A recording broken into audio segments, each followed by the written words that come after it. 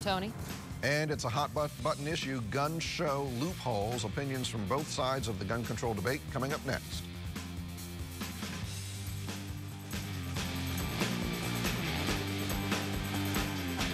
Yeah.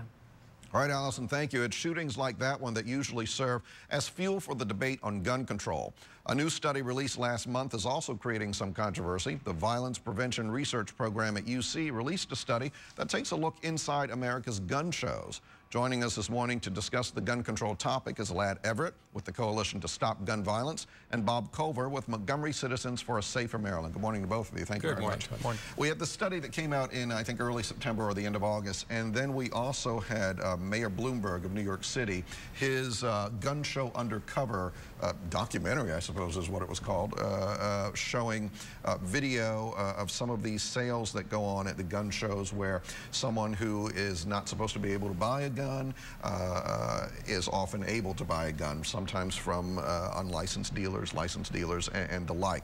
Let me just start by asking, is there any debate about whether or not these in fact do show that there are loopholes in gun shows? It seems to show that there are loopholes that people are working around. Ladd, I'll start with you. Yeah, I mean, I think some of the behavior we saw in the Bloomberg undercover investigation is disturbing. They found that 2 out of 3 private sellers who are not required to conduct background checks would sell firearms to investigators posing as purchasers who blatantly told them, I probably would not pass a background check, yet the sales were still made. They also found that for licensed dealers who do conduct background checks, that 94% of those sellers allowed straw purchases, where someone with a clean criminal record fills out the background check form for a person who's prohibited, either because they're a convicted felon or for some other reason. Now, Bob, I don't want to presume anything here. Do you basically agree that that's what this seems to show, or do you take issue with the studies? I take strong issue with that. What are we not being shown? Well, if you just heard these statistics thrown out here, the percentages, those are percentages of cases that they studied. They specifically studied cases where they could find an individual who would fail their test for selling firearms at a gun show. If you go looking for trouble hard enough, you'll find it, and that's what they did. They went to cities that had problems, they went to states that had problems, and they cased the gun show in advance to find sellers who they think that they could show would fail their test. Now, in the study that we mentioned earlier, the Violence Prevention Research Program, they found that I think in 74% of the cases they were able to find people who should not be able to buy these guns buying them. In the Mayor Bloomberg report, I believe it was 22 out of 33 or 35 sellers that they approached. So they didn't find problems with every single one. But regardless, don't you want to talk about, you know, if some people are doing it the right way, that's great, that's fine. But don't you want to talk about the ones where there are problems? Well, they went to, I'm talking about the Bloomberg study because that's the one I'm familiar with. I read the study. If you want to find out what the Bloomberg study did, start on page 13 and read their methodology. They specifically went to try to find people who would fail their report. They don't come up with any information as to what is being done on an overall level at gun shows. If you want to find out what's going on at gun shows, the Bloomberg report is probably the last place to look. I suggest people go to gun shows and see what they see. Talk to me. I'd be glad to explain it to them. Ladd, have you been to gun shows to see what goes on there? Yeah, I was at a gun show in Richmond last year, and I saw private sales occurring where individuals would exchange guns without a background check, sometimes without even, mentioning their names. And I saw what I thought were clearly suspected straw purchases, where 2 individuals would approach a licensed dealer, and one gentleman would be filling out the paperwork while the other gentleman was, basically negotiating with the dealer and then taking the gun when the sale was made.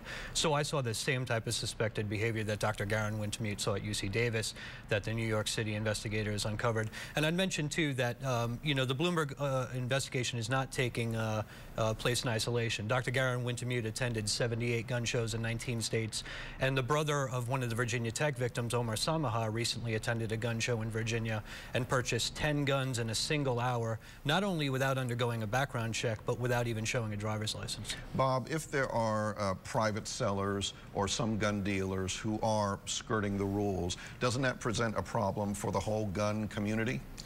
I'm glad you mentioned private sellers. First off, there's no such thing as a private dealer. A private seller is not required to do a background check, is not required to use the NICS system. As a matter of fact, they're prohibited from using the NICS system. A private seller does not have to confirm any information, although a reasonable person would ask for identification, and as in selling any piece of personal property, they would enter into something like a bill of sale agreement, knowing the buyer, knowing the seller. It's good information to have in the future in case something happens. Mm-hmm. Ladd, what do you think needs to happen to correct the problems that you perceive there being? Well, we need to stop allowing firearm sales without any record of sale, without background checks. I mean, it's 2009 now. We have more than 30,000 gun deaths a year in this country. Illegal trafficking of firearms is rampant.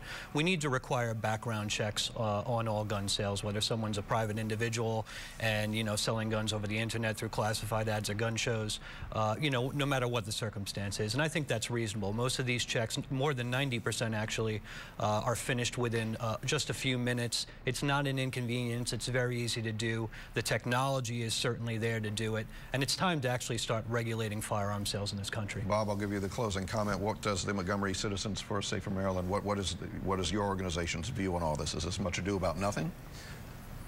That's a good way of putting it, because the background checks and the